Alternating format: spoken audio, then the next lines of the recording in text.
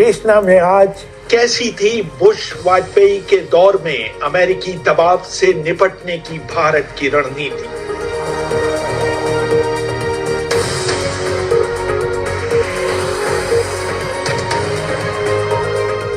अभिवादन स्वीकार करिए रेहान फदल का।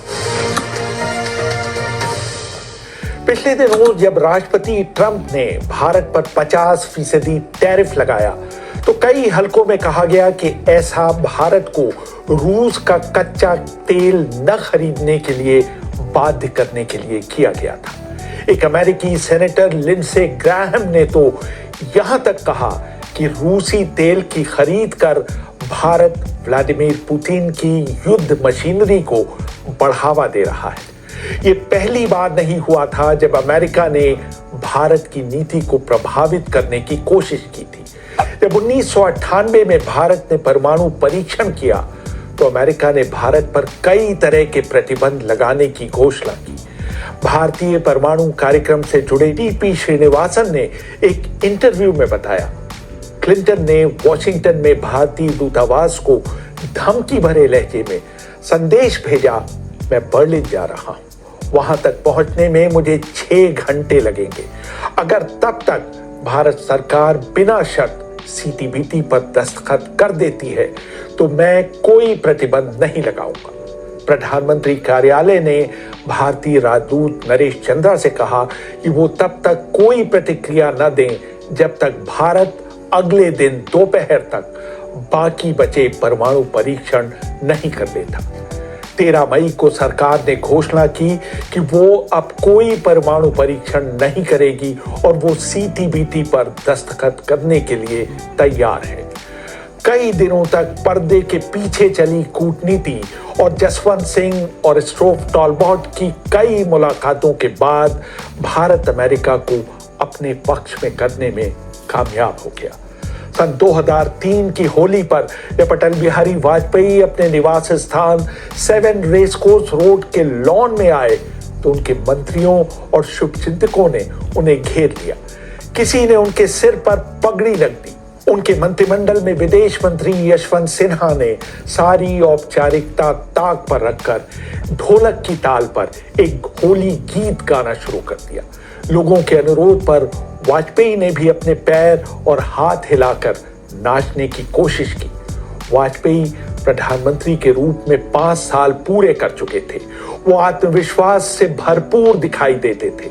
अभिषेक चौधरी हाल ही में प्रकाशित अटल बिहारी वाजपेयी की जीवनी बिलीवर्स डायलेमा में लिखते हैं, वाजपेयी कश्मीर को हल करने की कोशिश करना चाहते थे, लेकिन इराक से अमेरिका की संभावित लड़ाई ने उसमें कुछ मुश्किलें पैदा कर दी थी।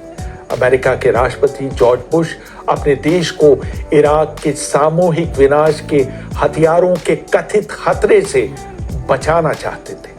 शुरू में वाजपेयी ने बुश को संदेह का लाभ देते हुए इराक से संयुक्त राष्ट्र के प्रस्ताव का पालन करने और सामूहिक विनाश के हथियारों को नष्ट करने का अनुरोध किया, लेकिन संयुक्त राष्ट्र के निरीक्षकों को इराक में 300 स्थानों का निरीक्षण करने के बाद भी सामूहिक विनाश के हथियारों का कोई सबूत नहीं मिला। लेकिन इससे बुश के इरादों में कोई कमी नहीं आई। ये अलग बात है कि दुनिया के दूसरे कई देशों ने इसे फिजूल की लड़ाई माना। इसका कोई औचित्य नहीं था और जो खराब खुफिया सूचना पर आधारित थी। अभिषेक चौधरी लिखते हैं, भारत को इस लड़ाई से फायदे से कहीं ज्यादा नुकसान होने वाला था, क्योंकि भारत खाड़ी के तेल पर पूरी तरह से निर्भर था और चुनाव वर्ष में बढ़ती हुई मुद्रास्फीति किसी भी सरकार के लिए एक खराब खबर थी। इस संकट का यह असर हुआ कि सरकार को तेल क्षेत्र के रणनीतिक महत्व का अंदाजा हो गया और यही वजह रही कि हिंदुस्तान पेट्रोलियम और भारत पेट्रोलियम कंपनी के निजीकरण को रोक दिया गया। खाड़ी में काम कर रहे 40 लाख भारतीयों की सुरक्षित वापसी की चिंता भी सरकार को सताने लगी।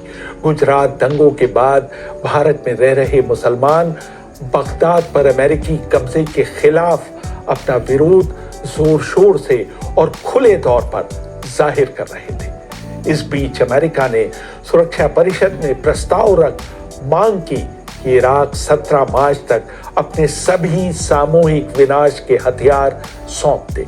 जीन एडवर्ड स्मिथ अपनी किताब बुश में लिखते हैं, जिस दिन इस प्रस्ताव पर मतदान होना था, अमेरिका ने यह प्रस्ताव वापस ले लिया क्योंकि उसे डर था कि मतदान में उसकी हार होगी। 2 दिन बाद बुश ने इराक पर हमला बोल दिया, लेकिन दूसरे कई देशों ने इराक के खिलाफ अमेरिका की लड़ाई लड़ने से इनकार कर दिया।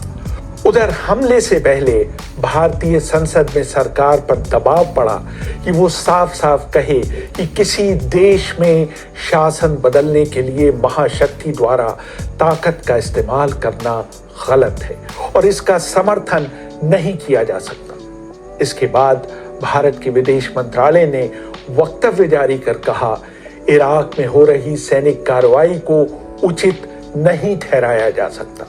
अगले दिन बुश ने वाजपेयी को फोन कर अनुरोध किया कि वो भारत के विरोध को थोड़ा नर्म कर दे।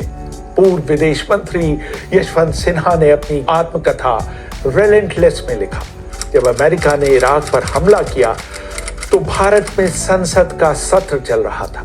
कांग्रेस पार्टी दुनिया को दिखाना चाहती थी कि वो अमेरिका विरोधी है, इसलिए उसने जोर दिया कि संसद अमेरिका की इस कार्रवाई की निंदा करे, वरना वो संसद नहीं चलने देगी। निजी तौर पर मैं इस प्रस्ताव के खिलाफ था, इसलिए नहीं कि मैं इराक में अमेरिका की कार्रवाई का समर्थन कर रहा था, बल्कि इसलिए कि संसद के प्रस्ताव से कहीं सरकार की नीति के लचीलेपन का दायरा संकुचित न हो जाए। बाद में संसद को चलाने के लिए हमने वो प्रस्ताव पारित किया जिसमें हमने हिंदी के निंदा शब्द का प्रयोग किया, लेकिन अंग्रेजी में डिप्लोर शब्द का प्रयोग किया गया, जो निंदा से कम तीव्रता का शब्द है। अमेरिका भारत संबंधों में एक और मुश्किल आ खड़ी हुई थी। मई में वॉशिंगटन यात्रा के दौरान राष्ट्रीय सुरक्षा सलाहकार ब्रजेश मिश्रा से अमेरिका ने अनुरोध किया कि भारत युद्ध के बाद भेजे जाने वाले स्टेबलाइजेशन बल में अपने सैनिक भेजे। मिश्रा इसके पक्ष में थे। इससे पहले मिश्रा इस्लामी आतंकवाद से लड़ने के लिए भारत अमेरिका इस्राइल गठजोड़ की वकालत करते आए थे। जून 2003 में अपनी अमेरिका यात्रा के दौरान लाल कृष्ण आडवाणी ने भी अमेरिकी उपराष्ट्रपति से मुलाकात के दौरान भारतीय सैनिक भेजने की भारत की इच्छा के संकेत दिए थे।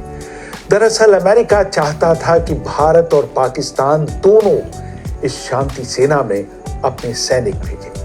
भारत से खास तौर से कहा गया कि वो उत्तरी इराक में प्रशासन चलाने के लिए अपनी एक डिवीजन सेना भेजे। अभिषेक चौधरी लिखते हैं, भारतीय प्रेस का एक वर्ग चाहता था कि भारत ये प्रस्ताव स्वीकार कर ले, क्योंकि इससे भारत अमेरिका संबंधों में नाटकीय ढंग से चढ़ाव आ जाएगा। इसकी तैयारी भी शुरू हो गई। भारत में अमेरिकी दूतावास ने वक्तव्य जारी कर कहा कि अमेरिका शांति सेना में भारत की भागीदारी चाहता है, क्योंकि भारतीय सेना को शांति बहाल रखने का अच्छा खासा अनुभव है, उनकी छवि अच्छी है और उनकी संख्या भी पर्याप्त है। भारतीय सेना ने उन इकाइयों को भी शॉर्टलिस्ट कर लिया जिन्हें इस मिशन पर भेजा जाना था। बाद में एक इंटरव्यू में उस समय पाकिस्तान में भारत के उच्चायुक्त और बाद में विदेश सचिव बने शिवशंकर मेनन ने कहा, जसवंत सिंह और ब्रजेश मिश्रा के अलावा आडवाणी और भारतीय सेना के वरिष्ठ अफसर भी भारतीय सेना के जवानों को इराक भेजने के पक्ष में थे। अमेरिका विरोधी जॉर्ज फर्नांडिस इसका खुलेआम समर्थन तो नहीं कर रहे थे, लेकिन उन्होंने सेना को उन्हें मना लेने की अनुमति दे दी थी। लेकिन वाजपेयी ने इस बारे में कोई निश्चित राय नहीं बनाई थी। सोनिया गांधी ने वाजपेयी को एक पत्र लिखकर इस तरह के किसी कदम का विरोध किया था। यशवंत सिन्हा लिखते हैं, वाजपेयी ने तुरंत सोनिया गांधी को बैठक के लिए बुला लिया। सोनिया गांधी प्रणब मुखर्जी, मनमोहन सिंह और नटवर सिंह के साथ वाजपेयी से मिलने आई। उन्होंने उनके विचारों को बहुत ध्यान से सुना। उन्होंने एनडीए के अपने समर्थक दलों से भी इस बात पर चर्चा की। अधिकतर लोग भारत के इराक में सैनिक भेजे जाने के पक्ष में नहीं थे। बाद में शिवशंकर मेनन ने एक इंटरव्यू में सुरक्षा मामलों की मंत्रिमंडलीय समिति की बैठक का विवरण देते हुए बताया। आडवाणी बैठक में चुप रहे। वाजपेयी ने उनसे सवाल किया, आप क्या सोच रहे हैं? हर कोई भारतीय सैनिकों के भेजे जाने के पक्ष में बोल रहा था। वाजपेयी चुपचाप बैठे हुए थे। उन्होंने एक शब्द भी नहीं कहा। फिर एकदम से सन्नाटा छा गया। वाजपेयी ने इस सन्नाटे को और बढ़ने दिया। फिर वो बोले, मैं उन माताओं से क्या कहूंगा जिनके बच्चे इस अभियान में मारे जाएंगे। बैठक में फिर चुप्पी छा गई। वाजपेयी ने चुप्पी भंग करते हुए कहा, नहीं, हम अपने लड़कों को वहां नहीं भेज सकते। जुलाई तक भारत अमेरिका से यही कहता रहा कि पहले इस बारे में उसे संयुक्त राष्ट्र का समर्थन लेना चाहिए। ऐसा संभव नहीं हो पाया।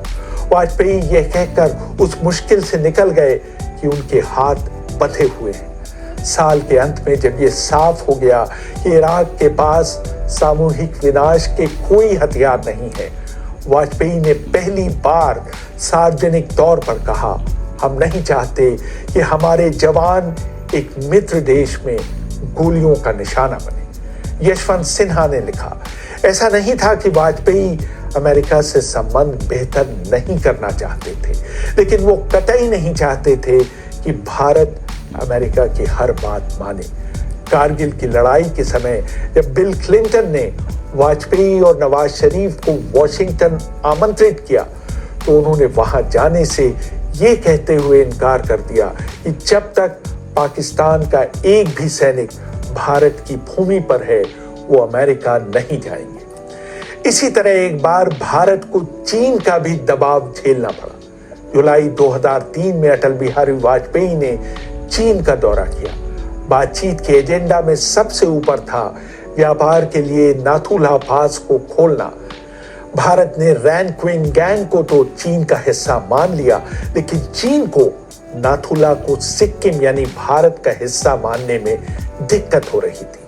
ब्रजेश मिश्रा और दूसरे भारतीय राजनयिकों ने चीन को मनाने में एड़ी चोटी का जोर लगा दिया, लेकिन कामयाब नहीं रहे। अभिषेक चौधरी लिखते हैं, समस्या को हल करने के उद्देश्य से वाजपेयी ने संयुक्त वक्तव्य पर हस्ताक्षर कर दिए, जिसे विदेश मंत्रालय के अधिकारियों ने पसंद नहीं किया। जब प्रेस ने उनसे इस बारे में सवाल किया तो उन्होंने इस बात का खंडन किया कि उन्होंने भारत के हितों के साथ समझौता किया है। दोनों देश एक दूसरे के इरादों के बारे में सशंकित जरूर रहे। सीमा के दूसरे इलाकों के बारे में दोनों देशों के बीच विवाद बरकरार रहे, लेकिन जल्द ही चीन ने अपने नक्शों में सिक्किम को भारत का हिस्सा दिखाना शुरू कर दिया। उधर पाकिस्तान के साथ संबंधों को सुधारने में भी वाजपेयी ने पहल की। कारगिल में धोखा खा चुकने के बावजूद उन्होंने कश्मीर यात्रा के दौरान बिना किसी तैयारी के बोलते हुए कहा, हम आपका दुख और तकलीफ बांटने आए हैं। उन्होंने कहा कि वक्त का तकाजा है कि कश्मीरी लोग पुरानी बातें भूलकर इंसानियत, जमहूरियत और कश्मीरियत के सिद्धांत पर चले। अगले दिन कश्मीर विश्वविद्यालय के एक समारोह में बोलते हुए उन्होंने कहा, अगर पाकिस्तान आज घोषणा कर दे कि उसने सीमा पार के आतंकवाद को तिलांजलि दे दी है, मैं कल ही विदेश मंत्रालय के वरिष्ठ अधिकारी को इस्लामाबाद भेज दूंगा। इराक के युद्ध का हवाला देते हुए उन्होंने कहा, यह अब और भी जरूरी हो गया है कि हम बातचीत से अपने मतभेद सुलझा लें। इस घोषणा के 10 दिन बाद पाकिस्तान के नवनिर्वाचित प्रधानमंत्री जफरुल्लाह जमाली ने वाजपेयी को फोन कर ट्रेन, बस और हवाई सेवाएं बहाल करने और दोनों देशों के उच्चायोगों को पुराने स्तर पर लाने की पेशकश की। यहां से दोनों देशों के बीच संवादहीनता की स्थिति समाप्त होनी शुरू हो गई। जब जनवरी 2004 में पाकिस्तान के इस्लामाबाद में सार्क सम्मेलन होने का ऐलान हुआ, तो वाजपेयी ने संकेत दिया कि वो इस्लामाबाद जाना चाहेंगे, बशर्ते पाकिस्तान औपचारिक रूप से सीमा पार आतंकवाद समाप्त करने के प्रति अपनी प्रतिबद्धता दिखाए। पाकिस्तान में भारत के उच्चायुक्त और भारत के विदेश सचिव रहे शिवशंकर मेनन ने बताया कि मुशर्रफ को यह अंदाजा था कि अगर वाजपेयी उस शिखर सम्मेलन में नहीं आते हैं तो उसका कोई महत्व नहीं रह जाएगा। हम उनसे आखिरी मिनट तक कहते रहे कि अगर पाकिस्तान हमारी बात नहीं मानता है तो वाजपेयी अपनी जगह किसी और को पाकिस्तान भेज देंगे। आखिर में पाकिस्तान को हमारी बात माननी पड़ी। मुशर्रफ से हुई बातचीत में वाजपेयी ने शिकायत की कि भारत में लगातार आतंकी हमले हो रहे हैं, जिसकी वजह से उनके लिए चुनाव वर्ष में किसी वक्तव्य पर दस्तखत करना मुश्किल होगा। जनरल मुशर्रफ ने तब चरमपंथियों के खिलाफ लिए जाने वाले कदमों की जानकारी दी। अभिषेक चौधरी लिखते हैं, 9/11 के बाद पश्चिमी देश कश्मीर में पृथकतावाद को विदेश नीति का उपकरण बनाने के पक्ष में नहीं थे। अमेरिका पाकिस्तान पर दबाव डाल रहा था कि वो अपनी तरफ से आतंकवाद का नल बंद कर दे। जब भारत और पाकिस्तान के अधिकारी संयुक्त वक्तव्य के मसौदे पर काम कर रहे थे तो पाकिस्तानी मसौदे की एक लाइन पर भारत ने आपत्ति की। वो लाइन थी, पाकिस्तान की भूमि का इस्तेमाल आतंकवाद के समर्थन के लिए नहीं किया जाएगा। पाकिस्तान में भारत के पूर्व उच्चायुक्त अजय बिसारिया अपनी किताब एंगर मैनेजमेंट में लिखते हैं, भारत का जोर था कि मसौदे में पाकिस्तानी भूमि की जगह पाकिस्तानी नियंत्रण वाली भूमि शब्द का इस्तेमाल किया जाए, जिसका अर्थ ये हुआ कि इसमें पाकिस्तानी नियंत्रण वाले कश्मीर को शामिल किया जाएगा।